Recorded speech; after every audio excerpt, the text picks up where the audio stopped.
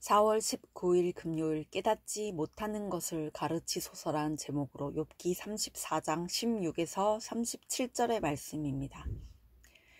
사랑의 하나님 감사합니다. 오늘도 말씀 묵상의 시간을 주심에 감사합니다. 이 시간을 통하여서 하나님의 말씀이 들리고 복음이 들리기 원합니다. 구속사의 말씀이 깨달아질 수 있는 은혜를 주시옵소서. 오늘 주시는 이 말씀이 제게 주시는 하나님의 음성으로 들을 수 있도록 성령님 도와주시옵소서. 말씀대로 믿고 살고 누리는 인생이 되게 하시고 이 시간도 우리와 함께 하여 주시옵소서. 감사드렸고 예수님의 거룩하신 이름으로 기도드립니다. 아멘. 본문의 말씀입니다. 만일 내가 총명이 있거든 이것을 들으며 내 말소리에 귀를 기울이라. 정의를 미워하시는 이시라면 어찌 그대를 다스리시겠느냐.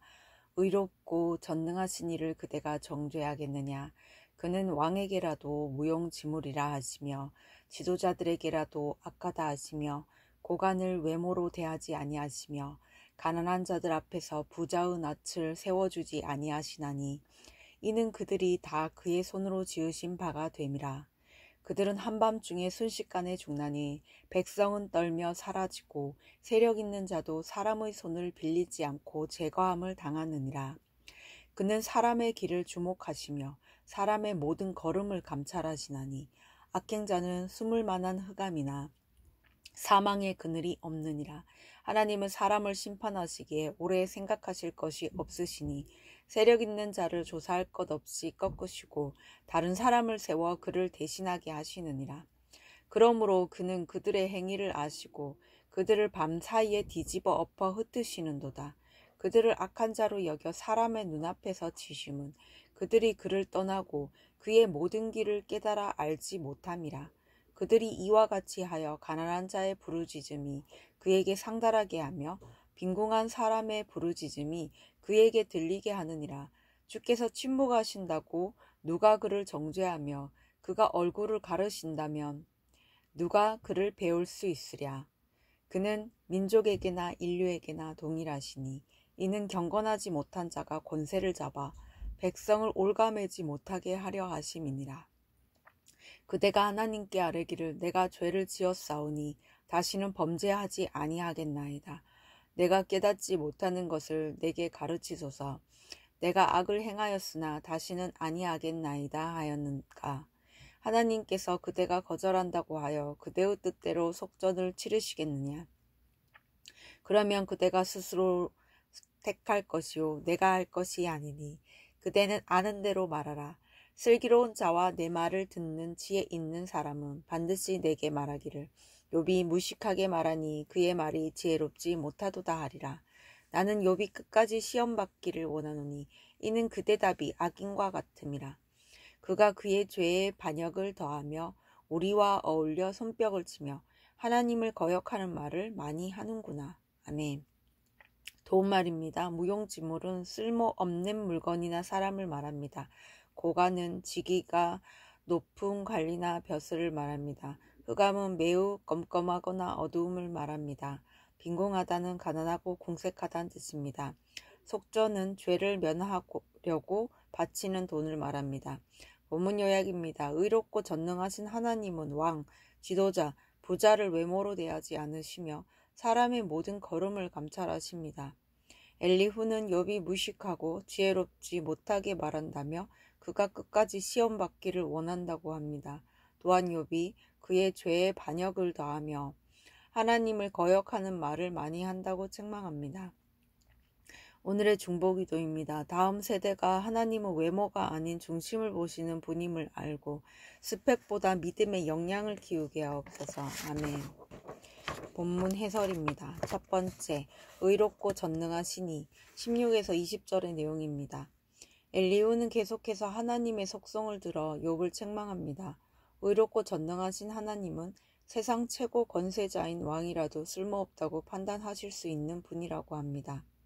즉, 지위와 외모는 하나님께 판단의 근거가 되지 못하고 고관이나 부자도 하나님의 피조물이기에 그분의 판단에 따라 순식간에 제거될 수 있다는 것입니다. 그래서 엘리후는 욥도 하나님이 주시는 고통을 받는 것이니 불평하지 말라고 합니다. 그러나 구원을 이루시는 하나님의 공의와 능력은 내 생각으로 재단할 수 없습니다. 적용 질문입니다.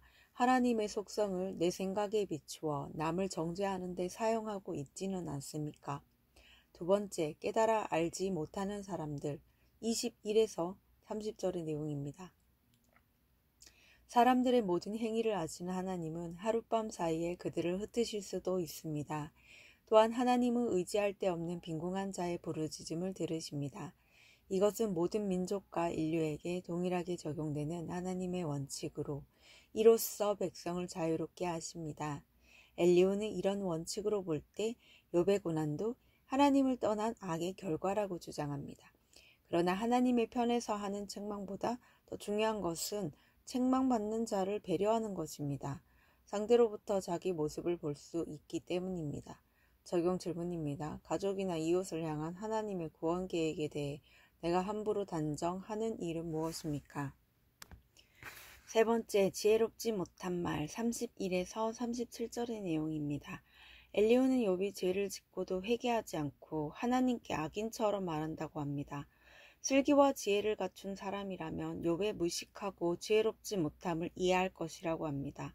이처럼 그는 욥에게 저주에 가까운 책망을 쏟아놓으면서 욥이 끝까지 시험받기를 원한다고 말합니다.